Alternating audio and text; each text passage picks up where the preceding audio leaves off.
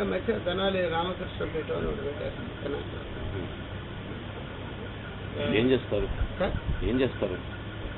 ఈ సారస్వత ఉపన్యాసాలను మొన్న వరుసగా వారం రోజులు నాటికలు పెట్టించారు సార్. రోజుకు 4 నాటికలు చొప్పున ఈ రామకృష్ణ కళాపీఠ అని చెప్పి పెట్టించారు. కృష్ణమాచారి గారి ఈ పాండురంగ మహత్సవి గారు అసలు తీర్చుటి బుక్ కింద పబ్లిష్ అయిందా? కాలేదు సార్. అది ఆంధ్ర దొరికితే పట్టుకురండి వాళ్ళు ట్రై చేస్తున్నాను. ఆంధ్ర యూనివర్సిటీలో ఆయన రాసినటువంటి స్క్రిప్ట్ అట్లాగే ఇచ్చేసాడు సార్. వాళ్ళు ఆయనకి గైడ్ కూడా ఎవరు లేరు. లేక నేను ఇచ్చేసానంటే అది ఆల్రెడీ డాక్టరేట్ ఇచ్చేస్తారు. పుస్తకం మాత్రం ప్రింట్ కాదు.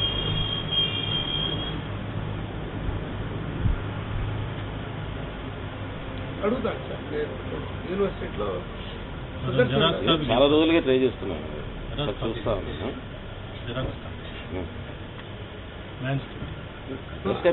అదే సార్, సుదర్శన్ రాజు అని నాతో పాటు నా క్లాస్మేట్ అండి. ఇప్పుడు అతను అక్కడ పనిచేస్తున్నాడు సార్. నేను విశాఖపట్నం వెళ్తుంటాను కదా, ఈసారి వెళ్ళినప్పుడు తప్పకుండా ఫోన్ చేస్తాను.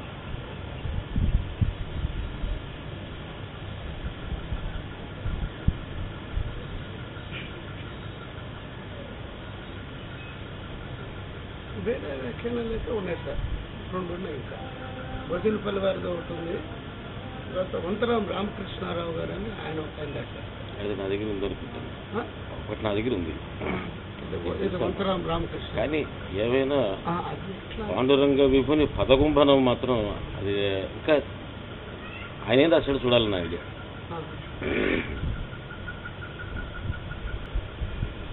చాలా మనకు మామూలుగా ఈ సినిమాల్లో ఇక్కడ చూసేదానికి ఆయన ఏదో కమెడియన్ లాగా కనిపిస్తాడు. రౌడికవే అందులో వచ్చింది చాలా చాటువులు అంటారు, ఉండొచ్చు. రౌడికవే మాత్రం చేత కామెడీ లేకపోవాలనే విషయం ఉంది. చమత్కారమైనటువంటిది ఆయన మేధస్సు మీద ఆధారపడుతుంది.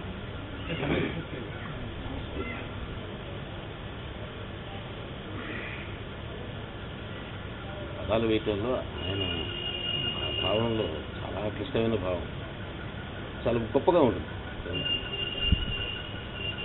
అర్థం పోతూనే ఉంటుంది. మనం ఎంతన్నా అర్థం చేసుకోవచ్చు.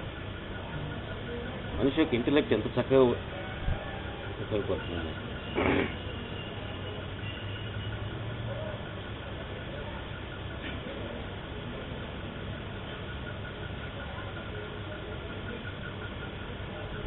ఒక చాటు ఉంది, కృష్ణదేవరాయలు పొగిడే చాటు. పొగట్టంలో అటువంటి పొగట్టు మనం ఎక్కడ చూడం. పొగట్టు పొగిడేట్టుంటుంది. కలము తావక కథ ఖండిత పుష్మాభర్త.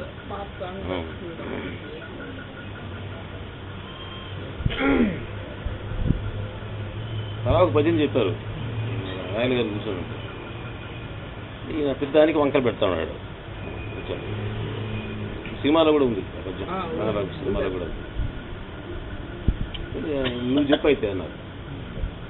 అప్పుడు నేను చెప్పాట,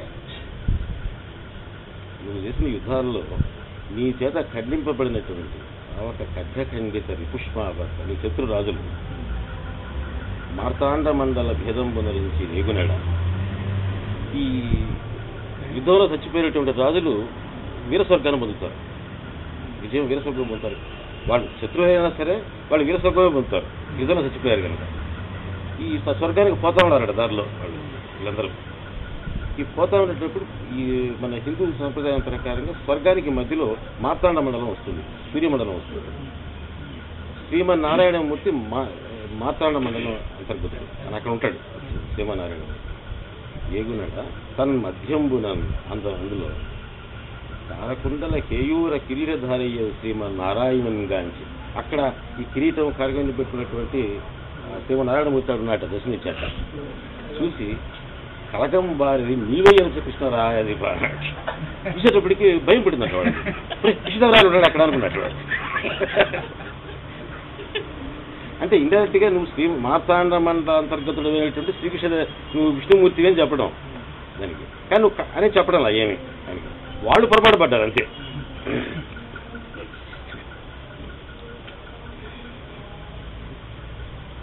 అది పొగట్ట కాదా అర్థం కాదు, అట్లా ఉంటుంది.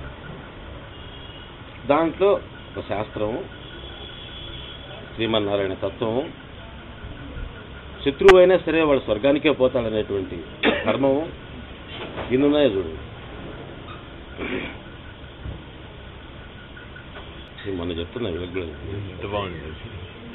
పొగట్ట గురించి ఏదో వస్తే ఏదో పొగడతా ఉంటే చెప్పా, నేనే కృషి తేరాను కదా ఏమో నన్ను మీరు పొగిడితే పడిపోవడానికి. ఇట్లా మన గోదావరి జిల్లాలో ఒక పేరు మర్చిపోయాను, బహుశా మీకేమైనా జ్ఞాపకం ఉంటుంది, పెద్ద చెప్పిందో జ్ఞాపకం వస్తుంది. ఒక చిన్న రాజ్యం ఉంది, ఒక చిన్న సంస్థానం. దాని ఆ దుర్గాధిపతులు సాకలి వాళ్ళు. ఇది ఎట్లా వచ్చింది వాళ్ళకి ఆ రాజ్యం దానికి ఒక కథ చెప్తారు. ఈయన విజయనగరం దండయాత్రకి వెళ్ళాట, కృష్ణదేవరాయలు దండయాత్రకి వెళ్ళి విజయనగరం దండయాత్ర తీసుకుని వస్తున్నాడు. ఈయన ఎక్కడికి పోయినా సరే ఈ పండితులు, ఈ మనందరూ, ఈ మార్బలం, వీళ్ళందరూ ఉండాల్సిందే. ఆయన యుద్ధానికి పోయినా సరే ఒకరా యుద్ధానికి పోయి విడి చేసుకున్నాడు, కూర్చున్నాడు, ఈ పండిత సభ పెట్టాడు.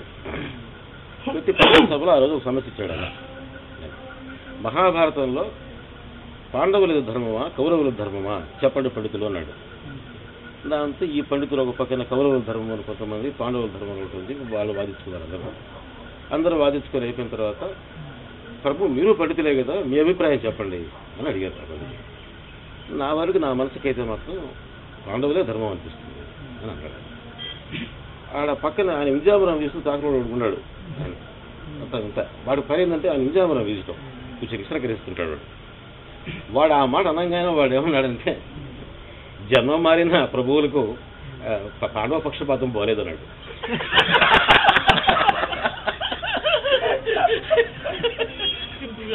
సింపుల్. అప్పట్లో కృష్ణుడు పాండవ పక్షపాతి, జన్మ మారిన ప్రభువులకు పాండవ పక్షపాతం పోలేదన్నాడు. దెబ్బకు ఫ్లాట్ అయిపోయాడు.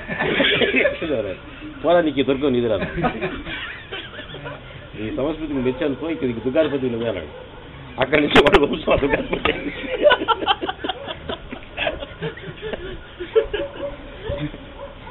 ఏదో కందికోట దుర్గం ఏదో కోట లాగా వస్తుంది, అది కోట ఆ టైప్లో వస్తుంది. పేరు కరెక్ట్గా మనసుకు రావట్లేదు. దుర్గం ఉంది అక్కడ, ఒక కోట. ఈ రోజుకి ఆ రాజవంశీయులు అదే వాళ్ళకి ఆ రాజ్యం ఎట్ట వచ్చింది ఆ దుర్గం అనేదానికి ఇక్కడ చెప్తారు అనమాట. ఇది వైపు కాదు, అది ఆ వైపు. విజయనగరం పోయేటప్పుడు దారిలో జరిగిన సంఘటన.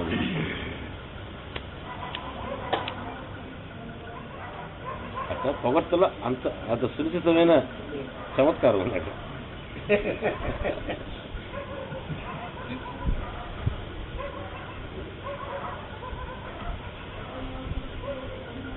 ఏంటయ్యా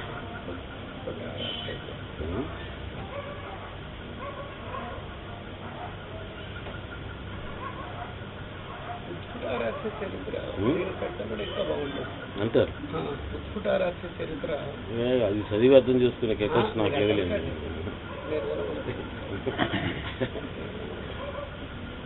అసలు చిరాల రామకృష్ణ అర్థం చేసుకోవటమే.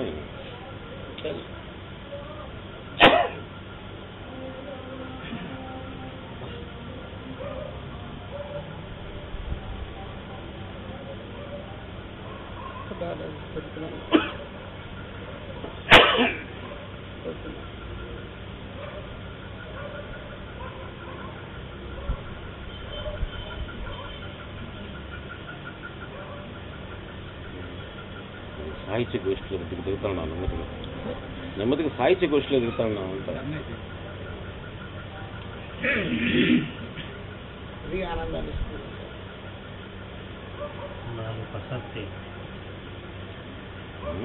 అంతకుమించి మేమేం ప్రశ్నలు తెలుసుకోవాలని ఆలోచన కూడా. ఈ విభటాల చరిత్ర మొదటి పాపం ఆయనే ఇది ఎవరికి అర్థం కాదని చెప్పి పారేసినటువంటి గ్రంథం అని అంటారు దాన్ని. మొన్న వేటూరి సుందరమూర్తి గారు తెనాలి వచ్చినప్పుడు ఇక్కడే రాశాడు అని ఆయన అంతే కదా, చరిత్ర ప్రకారం కూడా అక్కడే రాశాడు. అప్పటికి ఆయన ఇంకా విజయనగరం పోలా. శివాలయం, పాత శివాలయం ఉంది సార్ తెనాలిలో, ఇక్కడే రాశాడు. చరిత్ర ప్రకారంగా అంతే. ఈ ఆయన పద కుంభనం అంటే ఒకసారి నేను ఆలోచిస్తున్నా, ఆయన రాసిన ఇంకో పద్యం ఉంది, అంటే కృష్ణదేవరాయల మీద నరసింహ కృష్ణరాయల కరుమరుదకు కీర్తి వెలయ అని. ఏంటి రాయి దీంట్లో అంత గొప్ప ఏముంది ఇక్కడ పెద్ద ఇదైపోతాడు చెప్పండి. కరిధిక్కిరి గిరి ధిక్కిరి గిరి కరిధిక్కిరి సురంగ కమనీయంలో ఏంటి దాంట్లో గొప్పతనం ఏంటండి. ఉక్కిరి పదాలు దంతమని కరిబిక్ గిరిబిక్ కరిబిక్ గిరిబిక్ అన్నాడు తప్పితే అర్థమైంది లేదు. దాంట్లో ఉండి గొప్పతనం ఏంటిది? శబ్ద నిఘంటు మీద ఆయనకున్నటువంటి అధికారము, దాన్ని పదగుంభనం అనరు. గుంభనం ఉండాలి అక్కడ. ఏది గుంభనం? పద విన్యాసం ఉంది.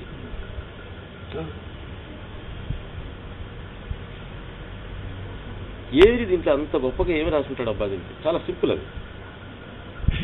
హరిభిక్ ఏమని చెప్పినటువంటి వాడు శివుడు, గిరిభిక్ ఇంద్రుడు, కరిభిక్ గిరిభిక్ తురంగా ఇంద్రుడు, నువ్వు ఆ వాడివి వీడివి ఇంతే. నువ్వు ఇంద్రుడివి, నువ్వు శివుడివి, నువ్వు అది ఇంతే. ఏముంది అది చెప్పడం పెద్ద కవిత్వమా?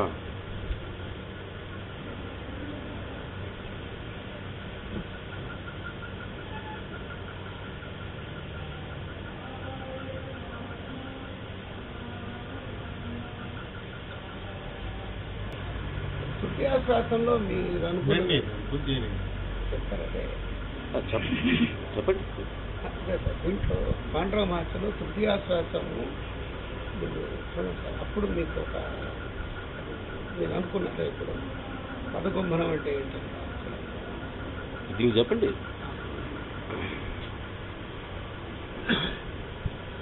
నిగమ శర్మ సందర్భంలో ఆయన ఉపయోగించినటువంటి పదజాలమే అది పదగుంభనం.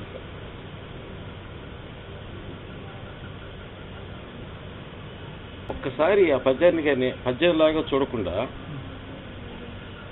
విజయనగర సామ్రాజ్యానికి మనసులో తీసుకున్నట్లయితే ఒక బ్లాక్ బోర్డ్ తీసుకున్నాడు రామకృష్ణుడు.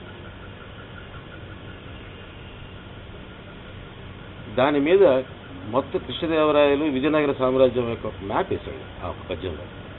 ఆలోచిస్తుంటే ఒక్కొక్క పదాన్ని గురించి ఆలోచిస్తుంటే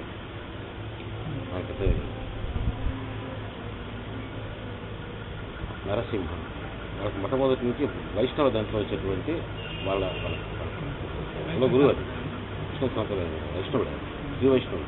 శ్రీ వైష్ణవులు కూడా ఉంటుంది అహోబిలం. Ahobilam head quarters. కారా మరదగు అంటే దానికి అర్థం కరి అనేటువంటి పదానికి నలుపు అని అర్థంలో ఉంది. నల్ల బ్లాక్ బోర్డ్ వేసుకో. కీర్తి వేలయ్య కరిభిక్ నల్ల కరి నలుపు, గిరిభిక్ నలుపు. నలుపునే చూపిస్తున్నాడు.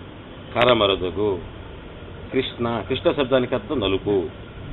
కరిభిక్ గిరిభిక్ కరిభిక్ గిరిభిక్ కరిభిక్ కరి గిరిభిక్ కరి. గిరి నల్లగానే ఉంటుంది, మళ్ళీ కరి నల్లగా ఉంటుంది. నలుపునే చూపిస్తున్నాడు దానికి. కానీ ఆయన చెప్పదలుచుకుంది మాత్రం తెలుపు. మళ్ళా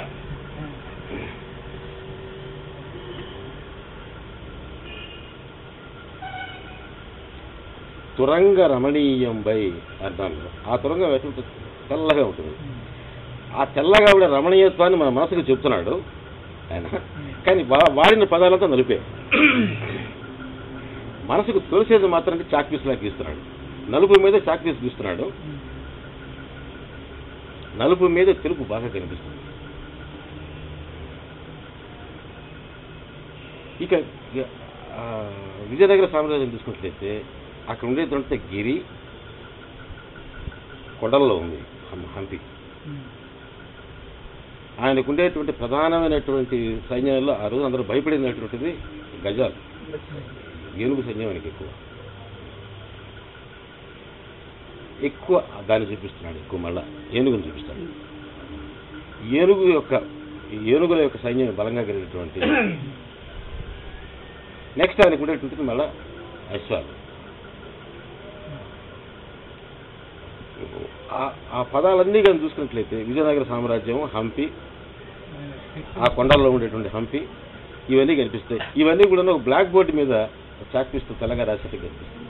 పదాలన్నీ కరి. చెప్పదలుచుకుంది తెలుపు. నలుపును ఉపయోగపెట్టి తెలుపుని చెప్తున్నాడు. విజయనగర సామ్రాజ్యం యొక్క చారిత్రకమైనటువంటి ఆ వెనక బ్యాక్గ్రౌండ్ని మనసు తెప్పి చూపిస్తున్నాడు. అర్థమైంది మీకు? తర్వాత ఏంటి? విజయం. పెట్టినటువంటి పేరు కూడా విజయం. వాళ్ళని శివుణ్ణి కానీ ఇంద్రుణ్ణి కానీ ఎవరిని చెప్పేటప్పుడు కూడాను వాడిని జయించినవాడు, వీడిని జయించినవాడు, వీడు అనే ఆ జయ శబ్దాన్ని ఉపయోగపెడుతున్నాడు. విజయనగర సామ్రాజ్యాన్ని చూపిస్తున్నాడు. కరిభిక్ గిరిభిక్, వాడిని కరిని జయించినవాడు, దీన్ని జయించినవాడు, గిరిని జయించినవాడు అని ఈ విజయ శబ్దమే వస్తుంది విజయనగర సామ్రాజ్యాన్ని చూపిస్తుంది. నీకు జయమోగాక, నీకు జయమోగాక, ప్రతి పదంలో మళ్ళీ జయమోగాక జయ శబ్దాన్ని చెప్తున్నాడు.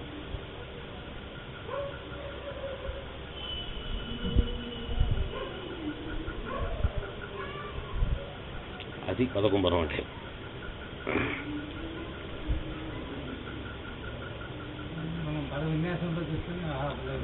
పద విన్యాసం ఎంతమందో చూపించారు, ఎందుకంటే బెటర్గా కూడా చూపించిన వాడు ఉన్నారు. కానీ ఆ సందర్భానికి ఎవరిని గురించి ఇట్టా చెప్పాడు అని నేను ఆలోచించేది. ఏంటబ్బా ఇది ఇంత గొప్పగా ఇది చెప్తాడు, ఆయన పాండురంగ విపుని పదగుంభనం అంటారు, దీంట్లో ఏమి గుంభనం ఉంది అని ఆలోచిస్తే ఆ పద నలిపే కనిపిస్తుంది పదాలన్నీ. కానీ ఫైనల్గా చెప్పేటప్పటికి అంతవంటి తెల్లటి కీర్తి కలిగినటువంటి వాడా అని ఉద్దేశం.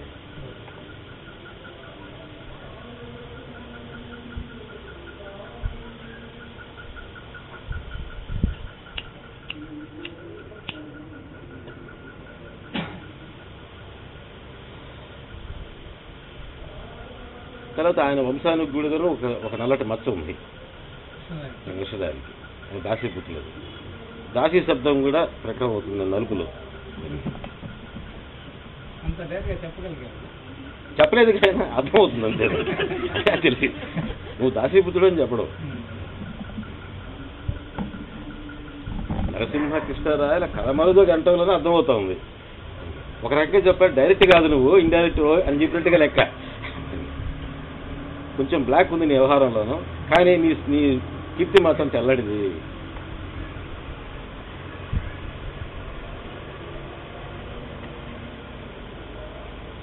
ఎట్లా వెలిసింది ఆ కీర్తి వెలయ? రంగ రమణీయంబై, ఇంద్రుడి యొక్క ఇది తెలుగు ఎంత తెల్లగా ఉంటుందో అట్ట ప్రకాశించింది నీకు. ఐరావతంలాగా తెల్లగా ప్రకాశించింది. శివుడిలాగా తెల్లగా ఉన్నావు. మన తెలుపు శివుడు చూపిస్తున్నాడు, శివుడు తెల్లగా ఉంటాడు. ఇంద్రుడి యొక్క వాహనం ఏనుగు తెల్లగా ఉంటుంది, అనేది తెల్లగా ఉంటుంది. ఇవన్నీ మళ్ళీ చూపించిన వస్తువులు మాత్రం తెల్లగా ఉండే వస్తువులు, వాటి నలుపును చూపిస్తున్నాడు.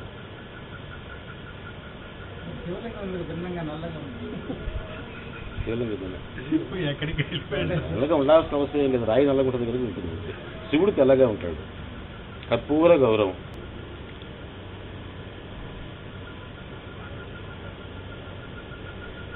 అబ్బో ఇది చిన్నోడు కదా, ఇది మొత్తం వ్యవహారం అంతా ఆయన వంశ చరిత్రని, ఆయన వాళ్ళ యొక్క వంశ గురువుల్ని, వాళ్ళ ఆధ్యాత్మిక వైష్ణవ సాంప్రదాయాన్ని, విజయనగరం యొక్క టోపోగ్రఫీని మొత్తం ఒక మ్యాప్ వేసి చూపించేస్తున్నాడు చిన్న పద్యంలో.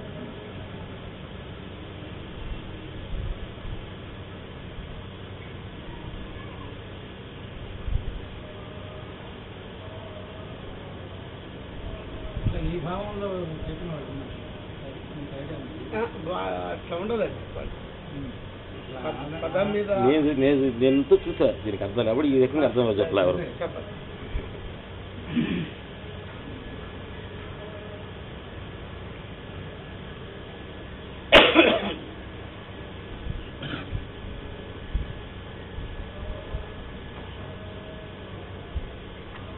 ఏంటండి చెప్పండి. సాహిత్య గోష్ఠి ఆపేసి వేరే తీసుకుంటాం.